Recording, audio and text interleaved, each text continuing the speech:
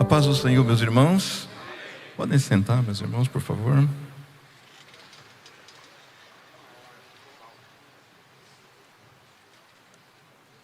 Nós vamos, nesta manhã, estar ministrando um assunto que está aí na página 30 da nossa apostila. Procurarei ser bastante fiel ao texto que está escrito para nós podermos fazer a conclusão dentro do tempo que está programado para nós estarmos falando. Quero agradecer aqui o pastor José Wellington Bezerra da Costa, presidente da nossa Confradesp, da Assembleia de Deus aqui do Belém, presidente de honra da nossa CGADB, pastor Wellington Júnior, presidente da nossa CGADB, vice-presidente aqui do Belém, também pastor Marco Almeida, em nome de quem eu cumprimento e parabenizo toda a equipe de suporte, de apoio para que essa escola bíblica possa ser realizada com tanta excelência como temos sempre visto. E mais uma vez nós louvamos a Deus pela vida de cada um dos irmãos. O tema que nós colocamos para o nosso estudo: as varas que não floresceram. E depois, mais para frente, nós entenderemos por que colocaremos e por que enfatizaremos as varas que não floresceram.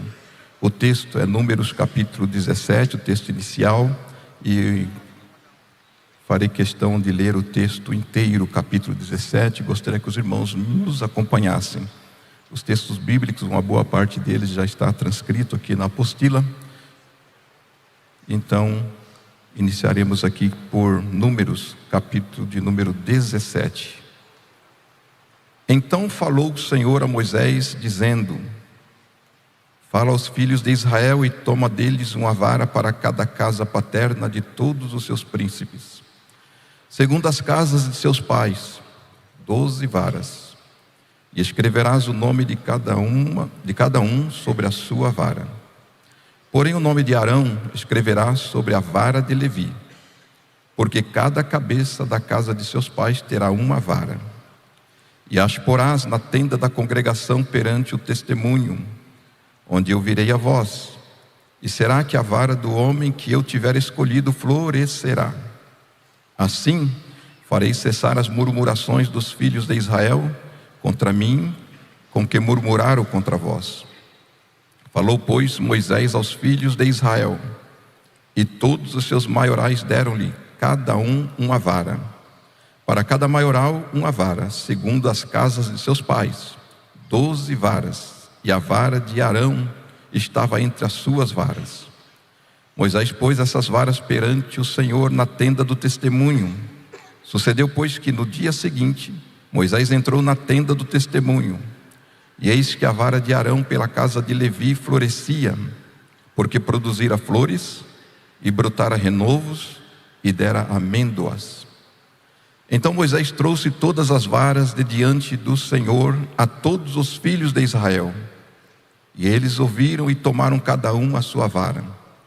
Então o Senhor disse a Moisés: torna a pôr a vara de Arão perante o testemunho, para que se guarde por sinal para os filhos rebeldes. Assim farás acabar as suas murmurações contra mim, e não morrerão. E Moisés fez assim, como lhe ordenara o Senhor, assim fez. Então falaram os filhos de Israel a Moisés, dizendo: eis aqui, nós expiramos, perecemos, nós perecemos todos. Todo aquele que se aproximar do tabernáculo do Senhor morrerá. Seremos, pois, todos consumidos? Esse é o texto base do nosso estudo inicial. Nós falaremos, meus irmãos, inicialmente, e talvez um tema mais abrangente para esse estudo seria as escolhas de Deus, ou a soberania das escolhas de Deus. Os anos vão passando, o tempo vai passando, e às vezes as coisas vão sofrendo algumas mudanças, e algumas pessoas esquecem de que Deus ainda tem a soberania nas suas escolhas, na sua igreja. 8:1 diz: e será a vara do homem que eu tiver escolhido florescerá. Versículo de número 5. Deus faz escolhas às vezes óbvias, outras vezes nem tão óbvias, e ainda outras vezes improváveis, e até estranhas ou totalmente fora da lógica. E nós citamos aqui um exemplo de José quando foi levar os seus filhos para Jacó abençoá-los. Existia, evidentemente, os irmãos, eu creio que a maioria conhece, existia um padrão para que a bênção patriarcal fosse transferida, fosse dada. O filho mais velho era quem recebia esta bênção, e a mão direita do patriarca estaria sobre ele. José leva Manassés e Efraim e põe diante de Jacó. E ele espera, evidentemente, que a bênção, que aquele ato seja feito de acordo com as normas, com o procedimento, com a tradição que existia. E ele faz exatamente isso também, colocando Manassés na frente da mão direita de Jacó, e Efraim na frente da mão esquerda de Jacó. E acontece ali algo surpreendente. Isso nos faz lembrar que às vezes Deus quebra padrões, tradições, normas, regulamentos, não que sejam desnecessários e que não sejam importantes e que devam ser respeitados, mas quando Deus quer fazer alguma interferência e quando Deus quer fazer a escolha à sua forma, não há tradição, norma, procedimento que impeça a Deus de fazer a sua escolha. Nós tivemos uma das ministrações aqui falando sobre os improváveis, pessoas que não tinham nenhuma probabilidade de ser escolhido para estar ministrando na casa de Deus, para estar servindo na casa de Deus em qualquer posição que seja. Ele olha para trás e vê o seu histórico e fala e pergunta: como eu cheguei aqui? Porque o nosso Deus, Ele tem as suas próprias escolhas e Ele é soberano nas suas escolhas. Quando Jacó vai abençoar os filhos de José, ele faz um ato interessante. Ele põe a sua mão direita sobre Efraim. E aí eu não sei bem se simultaneamente ou um e depois o outro, mas vamos supor que fosse simultaneamente. Ele coloca a sua mão direita sobre Efraim e a sua mão esquerda sobre Manassés. Ele cruza as mãos, ele coloca as suas mãos, a sua mão direita no que era menor, a sua mão esquerda no que era maior. E José é um homem que tinha muita experiência com Deus, olhou para seu pai e repreendeu, dizendo: não é assim, meu pai, este é o maior, este é o primogênito. E Jacó responde: vai ser assim mesmo. Apesar dele ser o menor, ele será o maior. E apesar dele ser o maior, ele será o menor. Apesar da regra dizer que este é o maior, Deus o tem como menor. Apesar do procedimento, da norma, da tradição. Então talvez você esteja em dúvida quanto à sua escolha: mas eu não deveria estar aqui, eu não podia estar aqui. Mas se Deus te escolheu, cumpra o seu ministério com segurança, com alegria, com autoridade, porque a escolha de Deus é soberana. Isso está lá em Gênesis no capítulo 48, versos 13 e 14. Outro exemplo, o apóstolo Paulo, o mais improvável dos homens a seguir a Cristo, ainda muito mais improvável ser apóstolo. em Atos no capítulo 9, versos 1 e 2. E Saulo, respirando ainda ameaças e mortes contra os discípulos do Senhor, dirigiu-se ao sumo sacerdote e pediu-lhe cartas para Damasco, para as sinagogas, a fim de que, se encontrasse alguns daquela seita, quer homens, quer mulheres, os conduzisse presos a Jerusalém. Se imaginarmos Paulo entrando na sinagoga em Damasco, os irmãos façam imaginem Paulo chegando na sinagoga em Damasco. Podemos entender o desespero dos crentes que já ali estavam, pois sabiam que ele veio à cidade para levá-los presos para Jerusalém.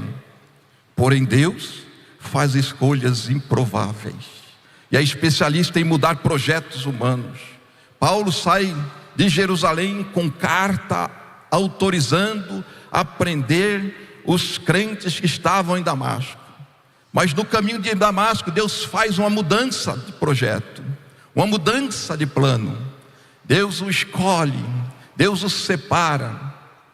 E ele, quando chega ali em Damasco, que entra na igreja, que entra na sinagoga, certamente muitos crentes que estavam ali ficaram apavorados. Os irmãos conhecem bem a dificuldade que Paulo teve para se comunicar com os crentes, porque todos sabiam que ele estava com cartas autorizando levar os crentes de Damasco para Jerusalém para serem presos.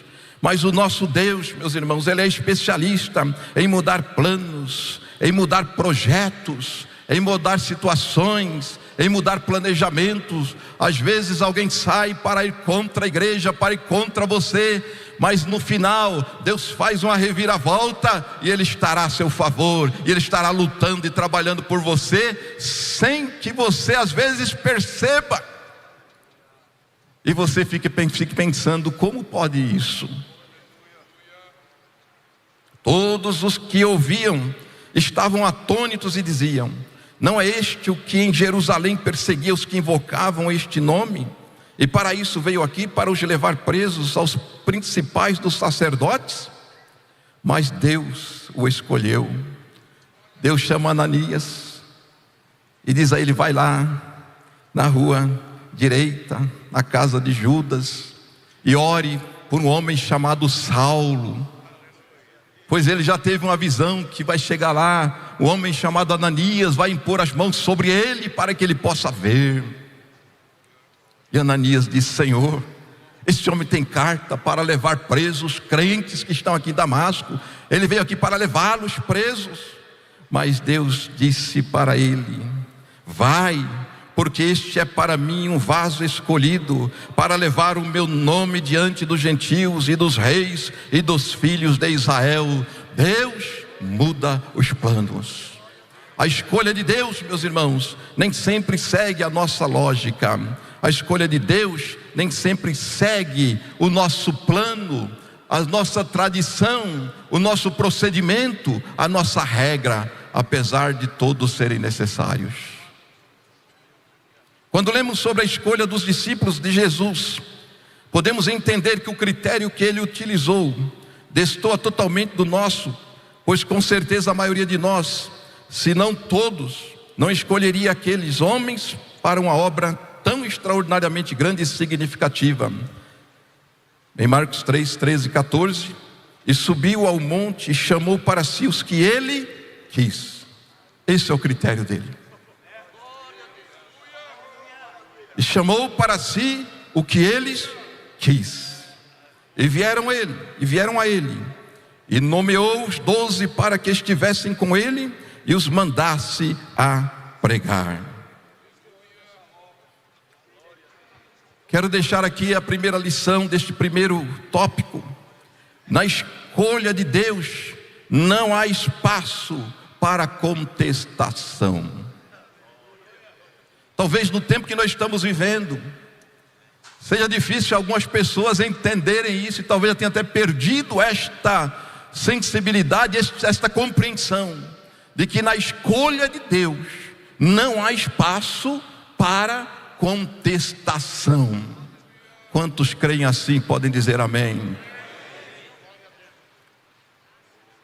O versículo de número 10 do texto que lemos, de Números 17, diz: por sinal aos filhos rebeldes, Deus sempre vai deixar clara a sua escolha.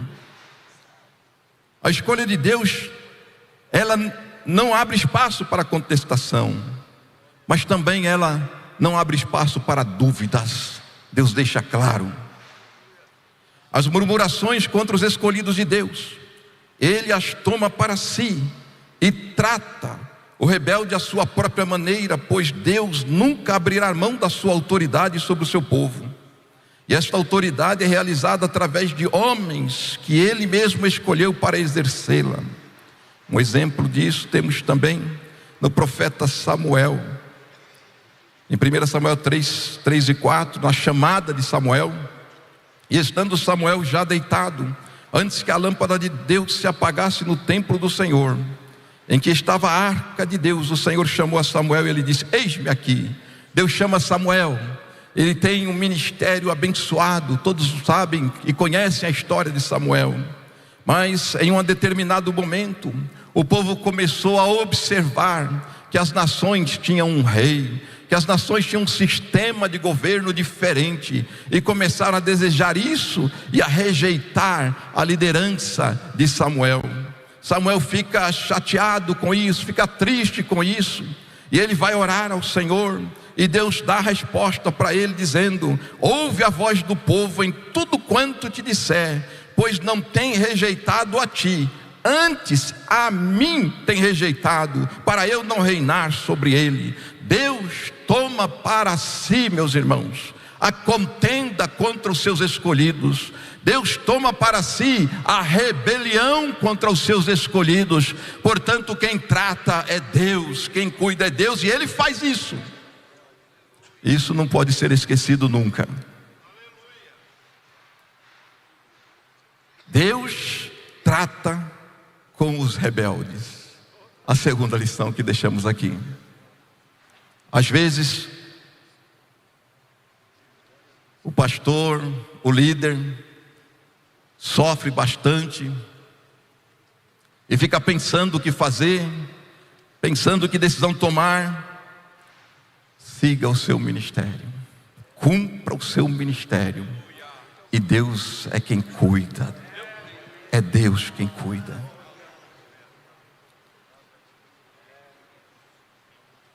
Tomaram cada um a sua vara. Talvez não temos pensado muito nessa expressão, pois o que mais valorizamos nesse contexto é a vara de Arão que floresceu. Nós temos muitas mensagens sobre a vara de Arão que floresceu, falamos muito sobre a vara de Arão que floresceu, mas a minha pergunta nesta manhã é: e as varas que não floresceram? Será que nós paramos de vez em quando para pensar, para analisar as varas que não floresceram?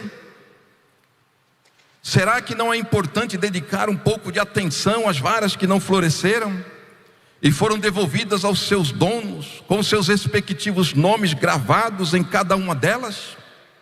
Pois o texto diz que Moisés pegou todas as varas, incluindo a de Arão que floresceu, e mostrou para todo o povo que ali estava as varas, todas as varas, a vara que floresceu, a vara de Arão, mas também mostrou as varas que não floresceram. E talvez tenha explicado, e talvez tenha até perguntado: todos viram, todos entenderam? Esta vara, a vara de Arão, floresceu. Estas outras 11 não floresceram. E cada uma tinha o nome do líder, da tribo que pertencia. E cada um foi lá e pegou a sua vara e levou para a sua casa. E a vara de Arão, Deus disse a Moisés: coloque lá na tenda, coloca lá perto da arca, deixa ela lá, para sinal aos filhos rebeldes. Quando alguém tiver dúvida sobre o escolhido de Deus, estará lá a vara de Arão que floresceu. E aí normalmente nós paramos por aqui. Agora, meus irmãos, Será que não teríamos menos problemas e incidentes quanto ao manuseio das coisas santas relacionadas ao tabernáculo, onde a presença de Deus exigia exclusividade aos que teriam acesso? Pois bem, quero citar aqui 2 casos em que a falta de cuidado quanto a esta expressão causou prejuízos irreparáveis àqueles que se aventuraram a acessar as coisas para as quais não tinham sido chamados. Eu vou falar aqui sobre Uzá, e depois falarei sobre Reusias, e já estaremos finalizando. Observar a vara, não se esqueçam disso. A vara que não floresceu foi entregue para a pessoa pegou a vara na mão, levou para sua casa, e seria muito bom que tivesse colocado no lugar de destaque, para que sempre olhasse para ela e dissesse: se a nossa vara não floresceu, e quando tivesse alguma dúvida, fosse até a tenda e visse lá: a vara de Arão floresceu. No transporte da arca do Senhor, da casa de Abinadab para a cidade de Davi, foi usado um método novo, que certamente alguém sugeriu para Davi. Sempre quando trato esse assunto, eu chamo a atenção dos irmãos: tome cuidado com as inovações, tome cuidado com as sugestões das coisas novas. E se torna bastante difícil para nós pastores estabelecer o limite entre aquilo que tem que ser modernizado, que precisa ser modernizado, que precisa ser contextualizado, com aquilo que é perene, que não pode ser mudado, com aquilo que é santo, que é sagrado e que não se pode alterar. Identificar esses limites talvez seja uma das mais importantes ciências para o líder, para o pastor, para o sacerdote, para conduzir a igreja nos tempos tão modernos que estamos vivendo. Talvez pela aparente falta de eficiência no processo tradicional ordenado pelo Senhor a Moisés, quando da instrução dos sacerdotes e levitas e definição das suas tarefas da administração do tabernáculo, quando Deus estabeleceu o procedimento, as regras, as normas para a condução e para o serviço do tabernáculo. Deus deixou regras muito claras, mas parece que nós olhando hoje, ser muito lenta, não ser tão eficiente.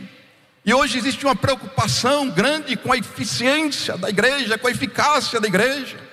E de vez em quando alguém chega para nós e diz assim: olha, tem aqui uma metodologia, um plano, um projeto, e a sua igreja vai dobrar de número em 2 anos, em 3 anos. Olha, eu comecei aqui com 50 e agora faz 3 anos e estou com 40 mil. Talvez aqueles jovens tenham dito a Davi: Davi é mais rápido, Davi é mais tranquilo, é mais confortável. O sacerdote não vai precisar se preocupar, os levitas não vão precisar se preocupar. Por quê? Porque a arca nós vamos colocar em um carro novo, que é um carro zerinho, novinho, moderno, última geração, e já vem com piloto e copiloto. Uzá e Aiô já vão guiar o carro. E talvez alguém tenha até perguntado, ou o sacerdote tenha chegado lá e perguntado: e eu faço o quê? Fica tranquilo aí, não acontece muitas vezes assim, muitas vezes em nossas igrejas. O pastor, alguém apresenta lá uma tal cerimônia, seja ela qual for, e pergunta para o pastor, e o pastor pergunta: e eu faço o quê? Não, o senhor fica tranquilo, e já tem quem vai conduzir a cerimônia, já tem o mestre de cerimônia, já tem e eu já citei aqui uma vez, eu me lembro agora do pastor Samuel Marcelino, que foi o pastor que me antecedeu ali em Mauá, durante 32 anos foi presidente da igreja de Mauá, filho do saudoso também pastor Joaquim Marcelino. E quando tinha casamento, eu estava do lado dele sempre, nos últimos 10 anos pelo menos, e sentava do lado dele, e chegava aquela pessoa que coordenava lá o casamento, entregava um papel para ele, mestre de cerimônia entregava um papel para ele, ele pegava o papel, olhava assim, aí a menina, o rapaz virava, ele pegava, amassava assim, colocava no bolso e falava para mim assim: daquela porta para dentro é eu quem mando.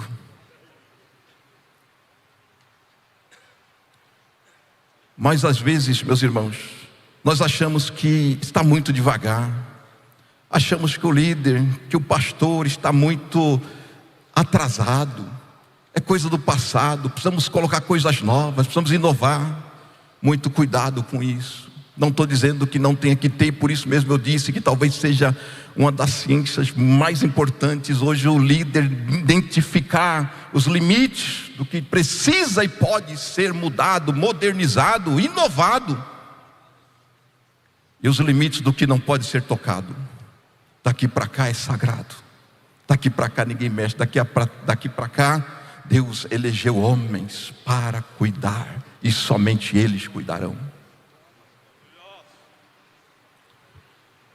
O que provocou um desastre, um grande desastre, e interrompeu o projeto que era de fato bom, e certamente tinha a aprovação de Deus. É evidente que Davi queria levar a arca para a cidade de Davi, para Jerusalém. Ele queria, era um sonho, e Deus aprovou o projeto.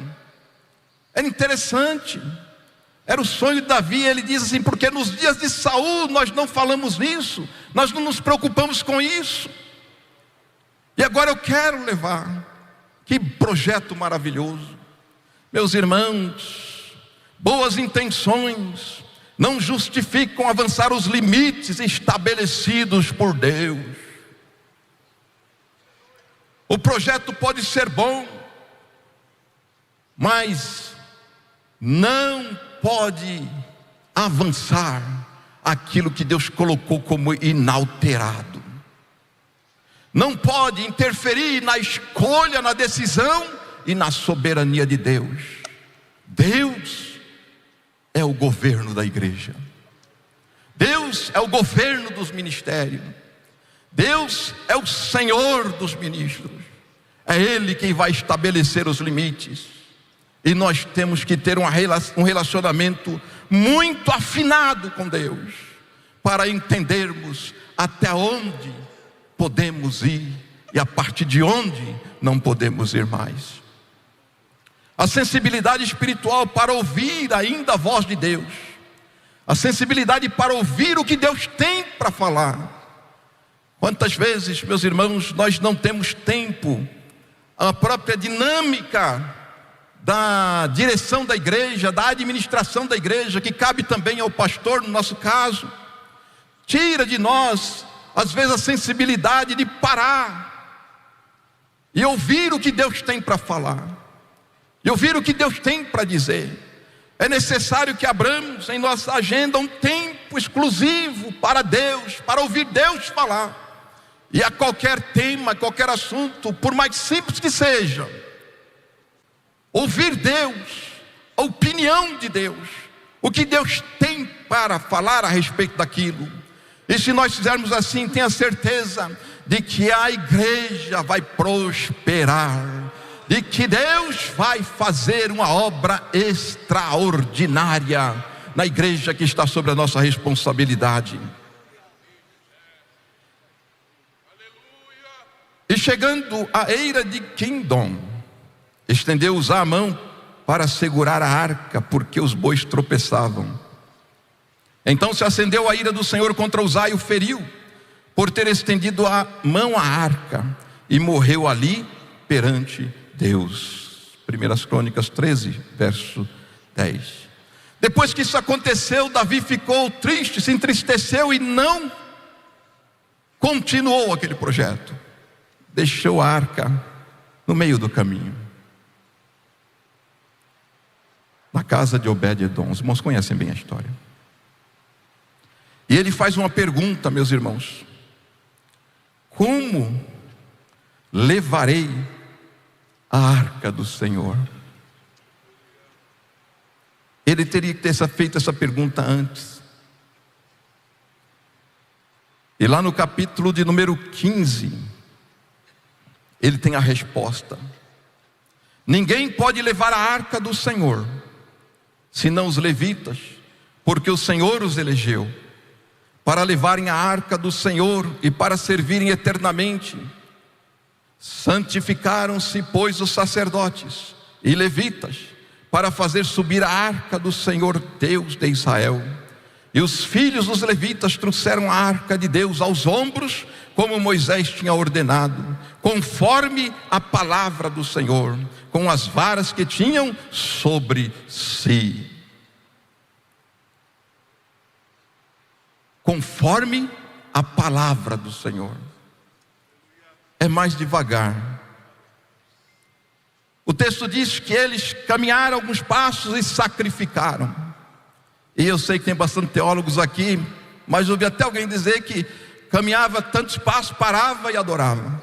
Caminhava tantos passos, parava e adorava. Ou seja, o tempo é mais lento, é mais devagar. Deus, meus irmãos, não tem pressa. O nosso tempo não é o tempo de Deus. Deus quer obediência à sua palavra. Como levaremos? Pergunta Davi. Conforme a palavra do Senhor. Mas é sobre as costas do levita, é pesada e desconfortável. Às vezes o ministério, ou talvez sempre o ministério seja desconfortável, mas é desta forma mesmo que vai ter que ser. Talvez seja dolorido, mas é desta forma mesmo que tem que ser. Conforme Deus mandou. Não tente facilitar as coisas. Não tente transferir a sua responsabilidade para uma tecnologia. Estamos entrando na era da inteligência artificial, e há quem já faça os seus sermões totalmente tirados da inteligência artificial. É mais rápido, questão de minutos, está pronto. Mas não foi assim que Deus nos ensinou. Medita nesta palavra, dia e noite, para que tenhas o cuidado de fazer tudo conforme nela está escrito.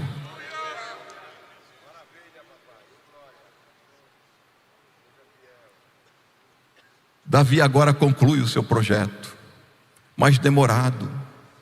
Às vezes, meus irmãos, não sei se alguns irmãos têm percebido isso, nós oramos ao Senhor em busca de alguma bênção, especialmente, eu estou falando aqui da igreja, na condução da igreja, e parece que as coisas vão demorando, e nós ajoelhamos e convocamos os pastores, convocamos os irmãos para orar, e os irmãos oram, e vai orando, e você vai observando, e parece que nada acontece, e de vez em quando parece que as coisas até complicam mais um pouquinho, mas você vai perseverando na oração, vai orando, vai sacrificando.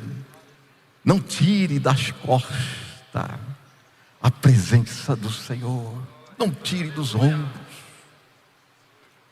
Não adianta querer apressar, não pode ser mais rápido, faça isso ou faça aquilo. Hoje tem uma questão de nós compartilharmos muitas vezes responsabilidade, que é muito bom, mas temos que tomar o cuidado, porque algumas coisas é você, o sacerdote, que vai ter que fazer. É você, o levita, que vai ter que fazer. Se você não fizer, ninguém vai fazer. E não tem como terceirizar.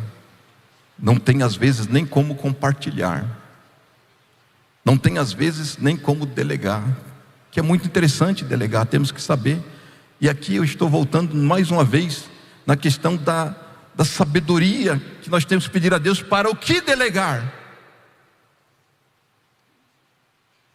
Delegar tudo? Não. Foi o que aconteceu com Davi. Delegou para usar e Aiô carregar, e o carro novo, os sacerdotes. E estava uma grande festa, meus irmãos, uma grande alegria. Isso significa dizer também que nem sempre, quando tem muito barulho, as coisas estão conforme Deus quer que esteja. Nem sempre quando tem muito barulho as coisas estão de acordo com a vontade de Deus. Amém? Boas intenções não justificam mudar os limites. Deus não aceita a banalização daquilo que é sagrado. Hoje talvez uma das coisas difíceis na igreja, no tempo que nós estamos vivendo, é preservar uma liturgia que preserve o sagrado dentro da igreja, a santidade dentro da igreja, a reverência dentro da igreja. Hoje muitas vezes somos tentados, e às vezes nos chegam sugestões para ter uma liturgia mais dinâmica, uma liturgia mais jovem, uma liturgia mais entusiasmada. Não, meus irmãos, vamos preservar aquilo que é sagrado. Cuidado, tire a sandália dos pés quando entrar na casa do Senhor. Aqui é lugar de santidade. E quero já caminhar já para o último tópico. O rei Uzias, estou falando de pessoas que não observaram. Talvez se Uzá e Aiô, a sua família, tivesse olhado naquela varinha que a sua família recebeu, que os seus líderes receberam, que estava escrito o nome deles lá, e que não tinha florescido, talvez eles tivessem entendido e falado: não, nós não podemos. Isso aí são os levitas e os sacerdotes cuja vara floresceu. Mas eles abandonaram. Então cuidado. O rei Uzias, um rei que começou a governar em Judá e fez o que era reto aos olhos do Senhor, mas o Senhor o feriu e ficou leproso até o dia da sua morte, pelo fato de desconsiderar que a vara sobre a qual estava registrado o nome dos seus pais não floresceu.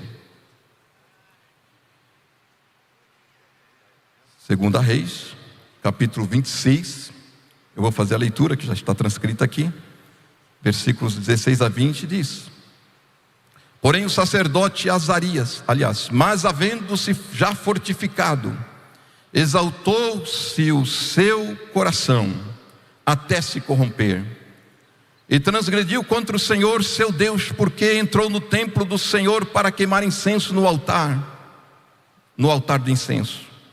Porém o sacerdote Azarias entrou após ele, e com ele 80 sacerdotes do Senhor, varões valentes, e resistiram ao rei Uzias, e lhe disseram: a ti não compete queimar incenso perante o Senhor, mas aos sacerdotes, filhos de Arão, que são consagrados para queimar incenso. Sai do santuário, porque transgrediste, e não será isso para a honra tua da parte do Senhor Deus. Então Uzias se indignou, e tinha incensário na sua mão para queimar incenso. Indignando-se ele, pois, contra os sacerdotes, a lepra lhe saiu à testa. Perante os sacerdotes, na casa do Senhor, junto ao altar do incenso. Então o sacerdote Azarias olhou para ele, como também todos os sacerdotes, e eis que já estava leproso na sua testa. E apressuradamente o lançaram fora, e até ele mesmo se deu pressa a sair, visto que o Senhor o ferira. Uzias, capítulo de número 26, no início, nós temos as informações sobre quem era o rei Uzias. Um rei que começou a governar aos 16 anos. Um rei temente ao Senhor. Um rei próspero.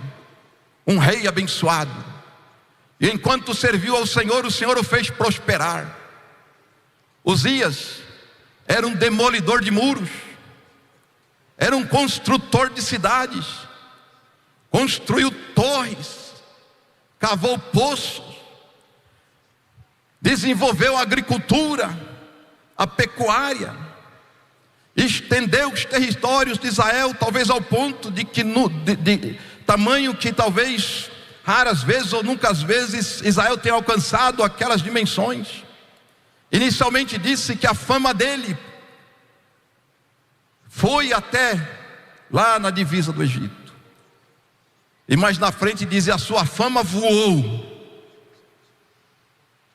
porque se tornou grande, poderoso. Tinha um exército grande, treinado, arregimentado. Tinha um grupo de técnicos, engenheiros a seu serviço, que construíram máquinas muito à frente do seu tempo, ao ponto de se tornar grande. Todos os povos que o rodeavam temiam Israel pela força bélica que Israel tinha.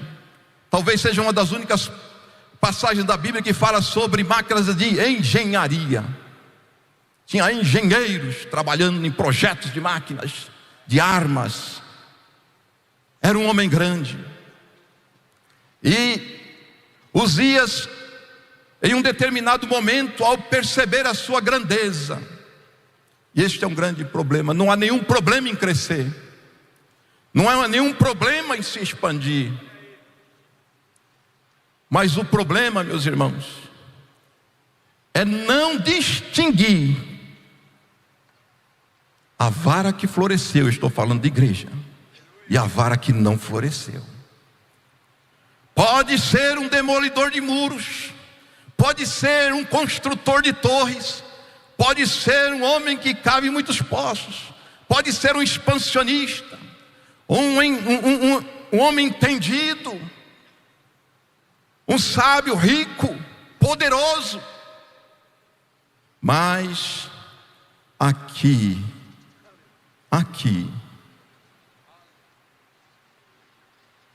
é para a vara que floresceu. Aqui também fala de limites. E aqui eu chamo a atenção de todos nós. Deus nos escolheu e nos chamou e estabelece os limites aonde nós atuaremos. E observem bem isso. Cuidem para preservar-se dentro dos limites que Deus te estabeleceu, que Deus te colocou. Quando Moisés foi questionado, no texto que lemos, alguém disse: não são todos santos? São todos santos. E ele responde: mas nós precisaremos saber qual santo Deus vai fazer chegar a si. Cuidado com os limites. Respeite os limites. Talvez se Uzias tivesse observado que a vara, seus ancestrais, não floresceu, ele não teria cometido este erro. Ele saberia que até ali ele podia ir, era o rei, era o chefe do exército, tinha toda a autoridade sobre a nação. No entanto, dentro do templo estava o sacerdote, a autoridade a quem Deus instituiu para que ali ministrasse sobre o seu povo e sobre a nação. Mas ele achou que ele poderia entrar, ele achou que ele poderia fazer, porque só faltava aquilo, só falta este cargo. Quantas vezes nós não, e às vezes nós até nos percebemos assim: cheguei até aqui, só falta mais um passo. Talvez esse mais um passo é onde você não tenha que ir. E ele vai então até o templo e vai oferecer incenso. E quando os sacerdotes chegam, diz a ele: você não pode fazer isso, não te compete fazer isso. Isso é para os sacerdotes e os levitas, a quem Deus consagrou para o seu serviço, para o serviço do templo. E na mesma hora apareceu na sua testa a lepra. A quem não respeita as escolhas de Deus experimentará a vergonha, o desprezo da parte de Deus. Em alguns casos, como o rei Uzias, e talvez até Uzá, e de forma irreversível. Cuidado. E eu, meus irmãos, já quero finalizar, tenho 5 minutos ali. Para finalizar esta breve meditação. A vara que não floresceu. A vara que floresceu. Nós temos que dar tanta atenção à vara que não floresceu, quanto à vara que floresceu. Nós temos que dar tanta atenção quanto àqueles a quem Deus escolheu, e prestar atenção também com aqueles que Deus não escolheu, para que não tenhamos incidentes como o caso que nós vimos aqui durante esta meditação. Uzias, Uzá, e talvez pudéssemos até levar até o rei Saul, mas não vamos comentar. Mas, meus irmãos, uma coisa gloriosa, e a minha conclusão, e é de fato a lição que queremos deixar. Quando Isaías foi chamado por Deus para ser profeta, ele entra no templo. E Isaías tinha alguma relação de afinidade com Uzias. E ele entra no templo. Lá no capítulo 6 de Isaías, todos conhecem, né? Esse texto. E quando ele entra no templo, ele começa a sua descrição no ano em que morreu o rei Uzias. O rei poderoso, o rei sábio, o maior rei talvez, em termos de realizações em Israel. Ele diz: no ano em que morreu o rei Uzias, eu vi o Senhor assentado sobre um alto e sublime trono, e o seu séquito enchia o templo, e os umbrais da porta se moveram com a voz do que clamava, e os serafins voavam sobre ele com 6 asas, duas cobriam seu rosto, 2 cobriam seus pés, e com 2 voavam, e um ao outro dizia: Santo, Santo, Santo é o Senhor dos exércitos. O rei Uzias morreu, o Todo-Poderoso morreu. Isso fala, meus irmãos, de que mesmo esta autoridade, essa escolha, ela é passageira. Mas aqueles que afrontam a escolha de Deus serão abatidos. Mas o Senhor permanece sobre o alto e sublime trono, e o seu séquito enche o templo. Ou seja, em cada canto do templo do Senhor, da igreja do Senhor, Ele está agindo, Ele está lá na sua tesouraria, Ele está lá na sua secretaria, Ele está lá na sua escola dominical, Ele está lá na sua secretaria de missões. E o seu séquito encheu o templo se encheu de fumaça, e os serafins o adoravam: Santo, Santo, Santo é o Senhor dos exércitos.